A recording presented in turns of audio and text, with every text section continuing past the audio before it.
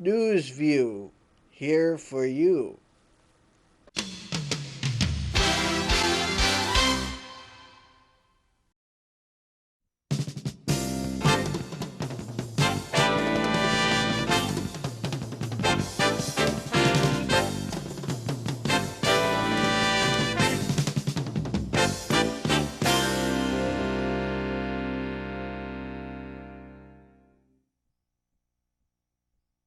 Hello and welcome again to News View, Champaign-Urbana's public access newscast. And tonight's top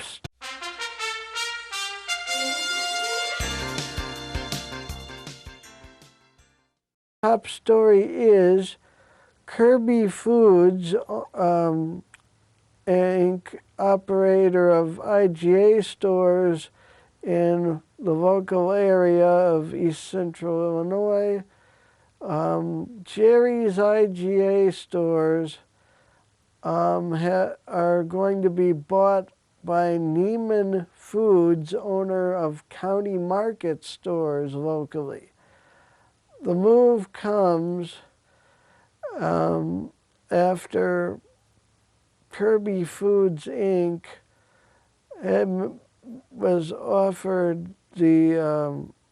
was made a deal by County Markets owner Neiman Foods to purchase, and they say it was a hard decision, a difficult decision, and you can look at any of the local Jerry's IGA websites, the Ron Barn or Kirby store, and the Rantoul IGA will become a county market.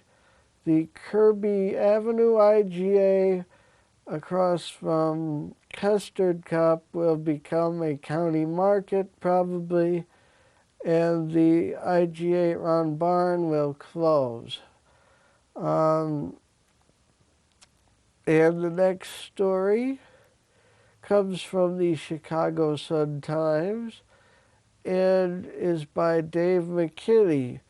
And he says that the number of families getting food stamps in Illinois has hit a record number. In Springfield is where this story's dateline is, and with the stagnant economy and double-digit unemployment rates in parts of Illinois, has led to record numbers of families getting food stamps, says the state of Illinois, as of Tuesday. And Tuesday was the 3rd of August 2010. And in June, applications for food stamps rose 27% from a year ago. So the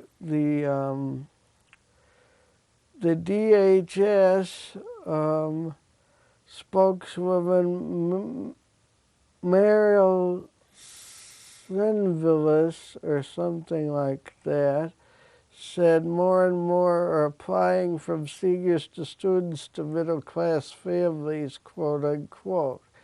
The food stamp programs make it so a family of 3 could receive up to $526 for food purchases. And that is your second story here on Newsview tonight for July 6th, I believe. Yeah, July 6th. And the next story is the state of Illinois is looking for advice and help for its volunteer plans. The Serve Illinois Commission is hosting free sessions throughout the state in Carbondale, Champaign, Chicago, Peoria, and the Quad Cities. The executive commission director, Ted Gibbs, says that the sessions will give information on what volunteers are doing and what they need to benefit communities. And if you have any questions or comments about this show, Newsview, you can email them to me at mbadger@newsview.info. That's mbadger@newsview.info. Or you can give UPTV, the station that I do this show from, and on Friday nights at 217, area code 217-384-2452, I believe. And we'll go back to a break for now, and stay tuned for the next stories.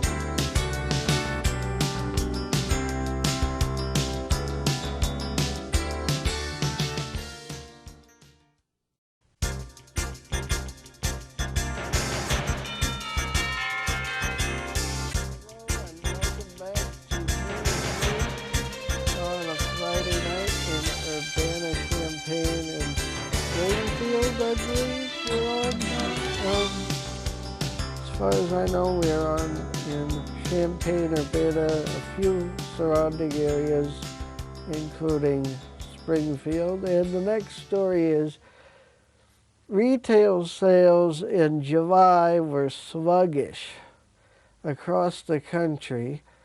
And this story is from Stephanie Clifford of the New York Times. They say that the second half of this year has been off to a slow start for retailers who on Thursday reported that sales were weaker at the begin for stores open for a year were weaker than expected in July, increasing 2.9% from July of last year, according to a tally by Thomson Reuters. The increases that are modest raise some questions about the crucial back-to-school season. Now, the back-to-school season is upon us, and that means kids and parents will be shopping for school supplies, of course, and you would expect that this would bring sales up from where they were in July, this August and September. JCPenney, a store we have around here, sales have dropped at JCPenney 0.6%, and it sold inventory at a faster rate and lower prices than in July of last year, 2009, when the same store sales decreased by 12.3%. And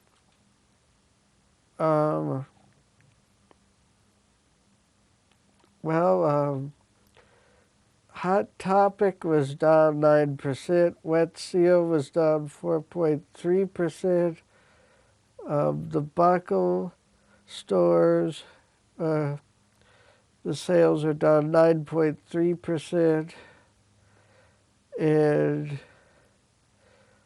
Aristotle stores say they had a huge disappointment in sales, and it was a big surprise.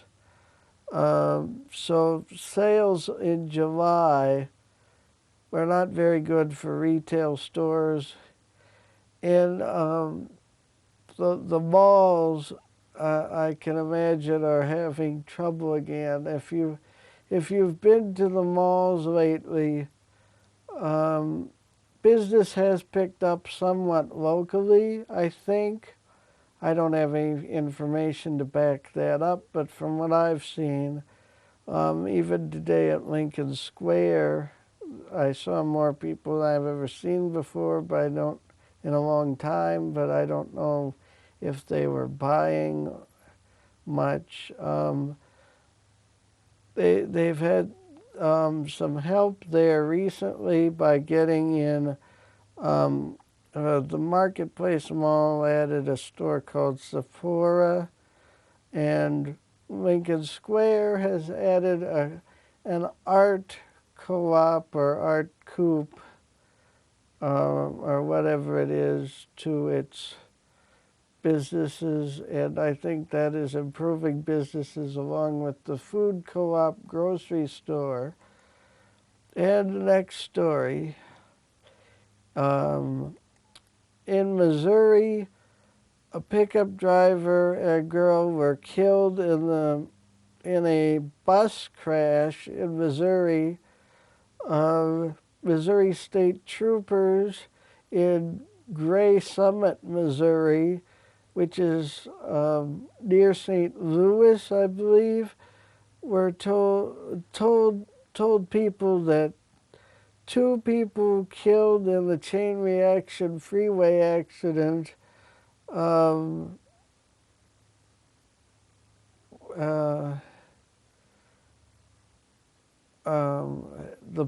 two school buses, a tractor trailer cab, and a pickup truck were involved in the accident. Authorities say the buses were taking a high school band from St. James School to a Six Flags amusement park. When the collision occurred on Interstate 44 west of St. Louis.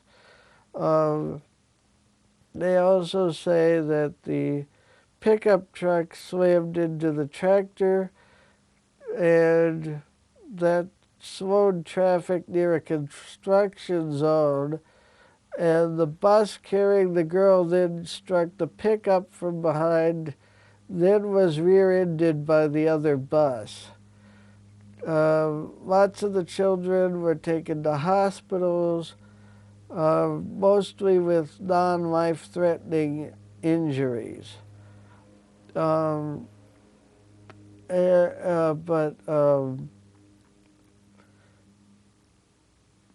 the Missouri Department of Transportation spokesman Jorma Duran confirmed the two deaths, but couldn't say immediately whether the victims of the crash at about 10 a.m. near Gray Summit, Missouri, which is 32 miles west of St. Louis, were riders on the school buses. So they don't know if the two people who were killed in the accident were on school buses or not. And like I said, they were being taken to Six Flags amusement park in St. Louis. And if you want more on that, Associated Press has more on that. And the next story, and the last story actually, I think, is in I believe Denver, yes, Denver, Colorado.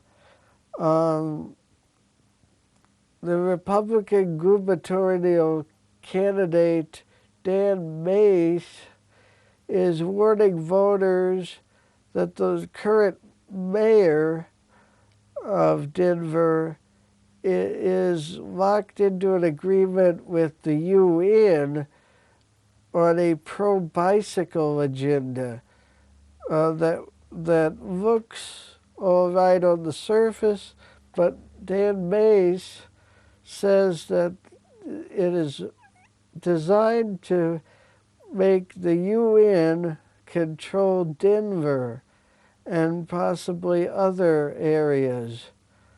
The program includes encouraging employers to install showers so more people will ride bikes to work, and this will create parking spaces for fuel-efficient vehicles.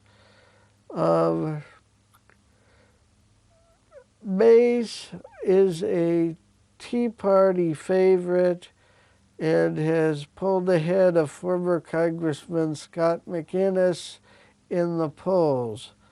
But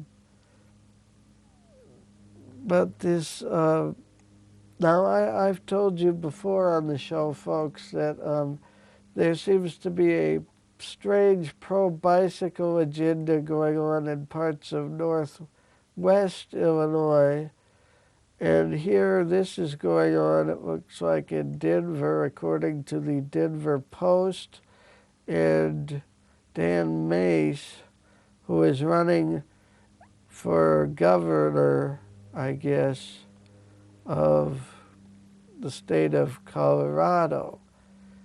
So if you have any news, you can email me at mbadger@newsview.info. There it is, mbadger, which is MBADGER at Newsview. That's NEWSVIEW.info. mbadger@newsview.info. So if you have any tips on a story, local or otherwise, I will consider running it. If you have any comments or suggestions, I will consider those. And stay tuned for the weather and more of the usual here on NewsView. Stay tuned.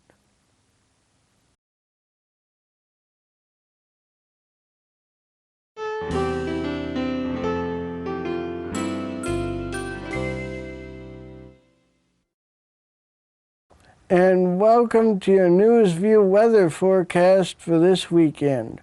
Friday night, it'll get down to 60 degrees Fahrenheit and mostly clear skies.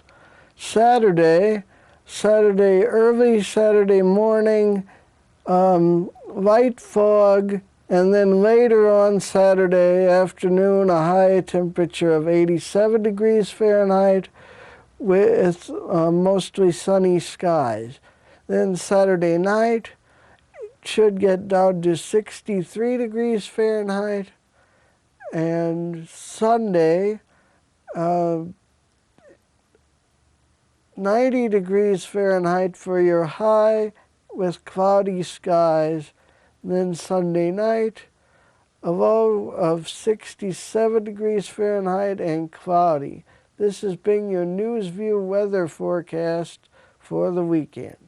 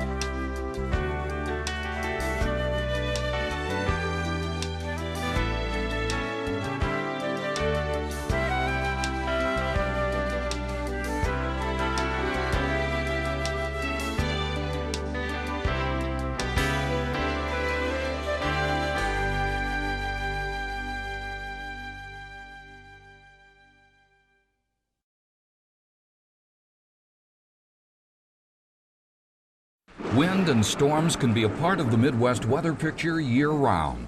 That means downed power lines can be a part of the landscape as well. If you see a line on the ground, stay away and call your power company. If a power line falls across your vehicle, stay in the vehicle until help arrives. Learn what to do if you're in an accident that brings a power line down. Doing the wrong thing could cost your life.